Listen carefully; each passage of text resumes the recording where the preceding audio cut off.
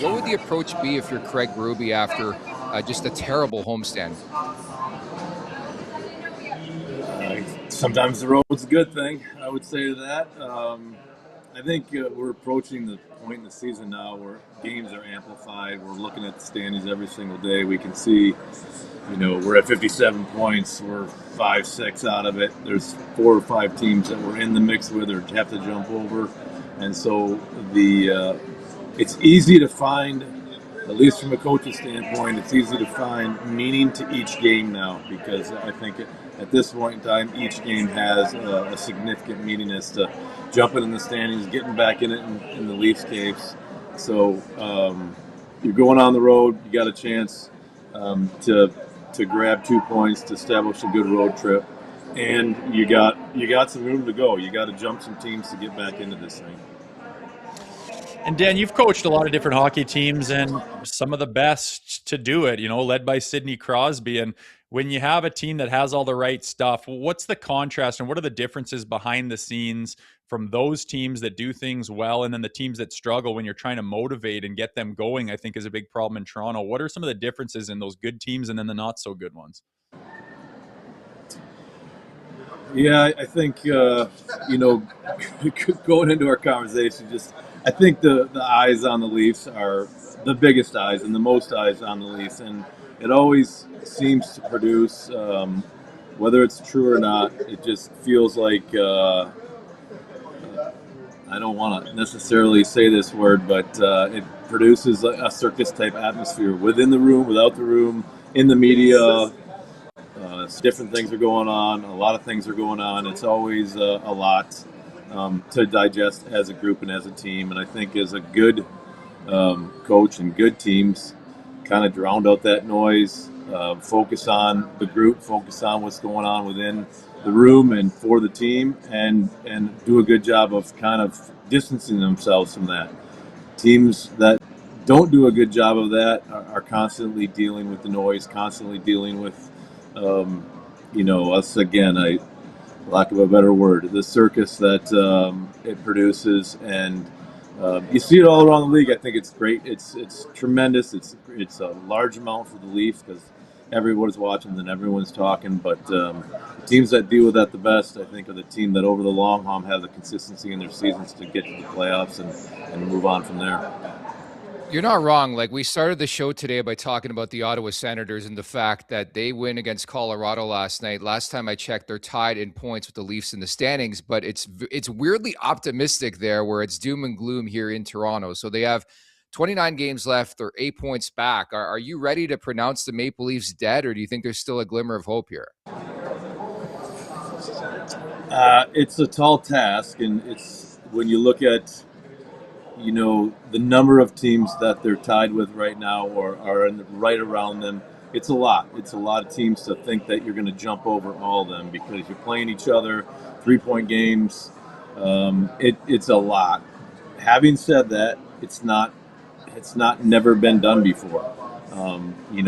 It's quite possible. But having said that, you gotta win hockey games, and most coaches, I think, you break it down into the raw hard facts and you're like, we got 35 games left and we need to win. In the Leafs case, I haven't done it, but the numbers that you have to win to get to the 95-point range are pretty daunting when you look at it. But having said that, you just got to go out and take the approach that you win this game and take care of business and get on to the next one. And if they do that, you could find yourself 2, 3, 4 points out of it here shortly, and now you're in the mix, and it becomes a battle to the end. And what's been your opinion on this team so far this year? Obviously, an abysmal start. They got hot there after Christmas for a while and showed what they're capable of, and then when it's do or die time, trying to collect points before the playoff or the Olympic break, they just went completely flat. What are you seeing out of the Toronto Maple Leafs this year? A lot of inconsistency. A couple different storylines in that inconsistency. Austin Matthews not necessarily starting out the season, 20, 25 games where we all think he has been in the past and where we all think he can be. He's come on late. the goaltending situation and the injuries. From an outsider looking in, looking at their roster compared to last year, it's just a little less daunting. It's not. I don't think it's as deep. I don't think they're as dynamic. And when it comes to the lineup, that doesn't mean they can't win games, and doesn't mean they can't be a good team. It's just a little bit different path and a little bit different road they have to establish to become a good team to win hockey games, and they've been in that struggle. And we've seen some inconsistencies in it. We've seen some times when they look like a pretty good hockey team and have reeled off some games. So that's their fight, that's their battle, and they got to get back into that. And that wouldn't help if Austin Matthews continues on a tear, as be the player he can be. But again, having put their lineup on the board last year and you're playing against them, it was daunting. It was a daunting team with skill and speed and offensive ability. It's just a little bit less daunting of a team to see on the roster before the game. So they're fighting that. They're fighting how to become a good team a different way, and that's happening. I would say they're in that fight. Continued success to them, luck to them, I'll say. Fair enough. Dan, you've been around for a while, and Craig Berube the other night you used a card, right? And that's calling out the team, calling out some players. He called out specifically the team D and the crease. I'm just curious, a veteran like you, Chief's a vet too around these parts, he's been around a while. How do you approach the media in that facet when calling out players as opposed and compared to maybe 10, 15 years ago? I think you have to be way more delicate these days. Would you agree with that? Yeah, way more delicate, I would say, is a good way to put it. I'm of the opinion, not putting this on anyone else or any other coach, I am not going to say something to the media that I haven't already said to my team. That's just not. I'm not comfortable doing that. I don't feel like it's something I would want to do, is call the players out with the media, using the media to do it. I have already talked to the individual, or already talked to the team in such a way, and it's not the first time they're going to hear it from the media. So, Chief's a pretty direct guy, and he has some high expectations for how his team should play in the compete level and the battle level. I can be rest assured it wasn't the first time his players heard what Chief said to the media. And Dan, obviously after this weekend, finger pointing has become the theme here this week. Everyone's trying to figure out what's wrong with the Leafs and why they're in this position, from the top MLSE to the assistant coaches and the depth, leadership, goalies, everything you could think of. People are pointing their fingers. Where do you see this team coming up short here this year?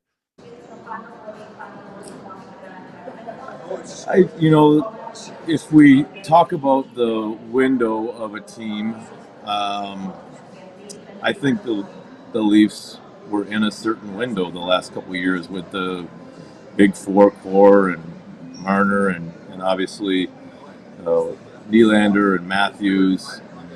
I think this team changed from that group to a new group, or at least not all of that group back. Marner obviously moved on, and so the team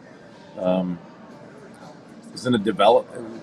Clearly, from the outside, it's in a different development stage from the group, and they have to try to figure out with the new group without Marner how they're going to be a good team. So I think they're in a different window. I think that's clear. I think there was, the eyes and ears and the people talking. You can say that maybe they wanted Mitch out of town, and maybe it was time for him to go. I've heard that conversation, but at the end of the day, he's a 100-point guy. He's a great player. Every other team in the league would want to get a Mitch Marner on their team, and the Leafs exited from that window with that group of guys, and had to establish a new group, a new team, and a new way to do it. So they're going through that, and that's part of, there's 32 teams in the National Hockey League.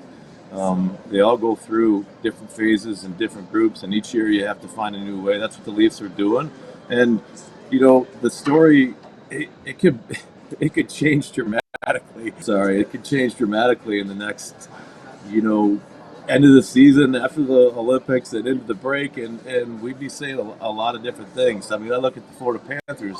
The year they started their run of going to the Stanley Cup Finals, they get to the playoffs on the final day of the season. It can't go without recognizing that it's a really difficult thing, and the Leafs aren't out of it yet. They could get in it, and maybe this rendition of the Leafs is one that can get out of the first and second round of the playoffs.